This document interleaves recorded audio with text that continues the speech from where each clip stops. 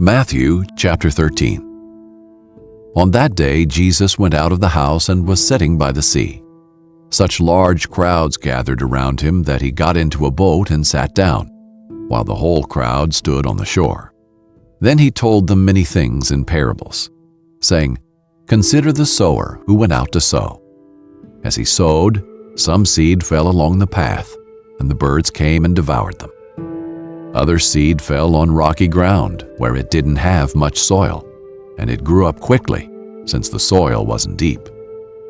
But when the sun came up, it was scorched, and since it had no root, it withered away. Other seed fell among thorns, and the thorns came up and choked it. Still other seed fell on good ground and produced fruit, some 100, some 60, and some 30 times what was sown. Let anyone who has ears listen." Then the disciples came up and asked him, "Why are you speaking to them in parables?" He answered, "Because the secrets of the kingdom of heaven have been given for you to know, but it has not been given to them. For whoever has, more will be given to him, and he will have more than enough. But whoever does not have, even what he has will be taken away from him. That is why I speak to them in parables. Because looking they do not see, and hearing they do not listen or understand. Isaiah's prophecy is fulfilled in them, which says, 'You will listen and listen, but never understand. You will look and look, but never perceive. For this people's heart has grown callous. Their ears are hard of hearing, and they have shut their eyes, otherwise they might see with their eyes, and hear with their ears, and understand with their hearts, and turn back, and I would heal them. Blessed are your eyes because they do see, and your ears because they do hear. For truly I tell you, many prophets and righteous people long to see the things you see but didn't see them, to hear the things you hear but didn't hear them. So listen to the parable of the sower. When anyone hears the word about the kingdom and doesn't understand it, the evil one comes and snatches away what was sown in his heart. This is the one sown along the path. And the one sown on rocky ground, this is one who hears the word and immediately receives it with joy. But he has no root and is short-lived. When distress or persecution comes because of the word, immediately he falls away. Now the one sown among the thorns, this is one who hears the word, but the worries of this age and the deceitfulness of wealth choke the word, and it becomes unfruitful. But the one sown on the good ground, this is one who hears and understands the word, who does produce fruit and yields some 100, some 60, some 30 times what was sown. He presented another parable to them. The kingdom of heaven may be compared to a man who sowed good seed in his field. But while people were sleeping, his enemy came, sowed weeds among the wheat, and left. When the plant sprouted and produced grain, then the weeds also appeared. The landowner's servants came to him and said, "Master, didn't you sow good seed in your field? Then where did the weeds come from?" "An enemy did this," he told them. "So do you want us to go and pull them up?" the servants asked him. "No," he said. "When you pull up the weeds, you might also uproot the wheat with them. Let both grow together until the harvest. At harvest time, I'll tell the reapers, 'Gather the weeds first and tie them in bundles to burn them, but collect the wheat in my barn.'" He presented another parable to them.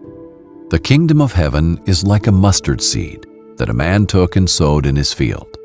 It's the smallest of all the seeds, but when grown, it's taller than the garden plants and becomes a tree, so that the birds of the sky come and nest in its branches." He told them another parable. "The kingdom of heaven is like leaven that a woman took and mixed into 50 pounds of flour, until all of it was leaven." Jesus told the crowds all these things in parables, and he did not tell them anything without a parable, so that what was spoken through the prophet might be fulfilled. "I will open my mouth in parables. I will declare things kept secret from the foundation of the world." Then he left the crowds and went into the house. His disciples approached him and said, "Explain to us the parable of the weeds in the field." He replied, "The one who sows the good seed is the Son of Man. The field is the world, and the good seed, these are the children of the kingdom. The weeds are the children of the evil one, and the enemy who sowed them is the devil. The harvest is the end of the age, and the harvesters are angels. Therefore, just as the weeds are gathered and burned in the fire, so it will be at the end of the age. The Son of Man will send out his angels, and they will gather from his kingdom all who cause sin and those guilty of lawlessness. They will throw them into the blazing furnace, where there will be weeping and gnashing of teeth. Then the righteous will shine like the sun in their Father's kingdom. Let anyone who has ears listen. The kingdom of heaven is like treasure buried in a field, that a man found and reburied. Then in his joy he goes and sells everything he has and buys that field. Again, the kingdom of heaven is like a merchant in search of fine pearls. When he found one priceless pearl, he went and sold everything he had and bought it. Again, the kingdom of heaven is like a large net thrown into the sea. It collected every kind of fish, and when it was full, they dragged it ashore, sat down, and gathered the good fish into containers, but threw out the worthless ones. So it will be at the end of the age. The angels will go out, separate the evil people from the righteous, and throw them into the blazing furnace, where there will be weeping and gnashing of teeth. Have you understood all these things? They answered him, Yes. Therefore, he said to them, Every teacher of the law who has become a disciple in the kingdom of heaven is like the owner of a house, who brings out of his storeroom treasures new and old. When Jesus had finished these parables, he left there. He went to his hometown and began to teach them in their synagogue, so that they were astonished and said, Where did this man get this wisdom and these miraculous powers? Isn't this the carpenter's son? Isn't his mother called Mary, and his brothers James, Joseph, Simon, and Judas? And his sisters, aren't they all with us? So where does he get all these things? And they were offended by him. Jesus said to them, A prophet is not without honor, except in his hometown and in his household. And he did not do many miracles there because of their unbelief.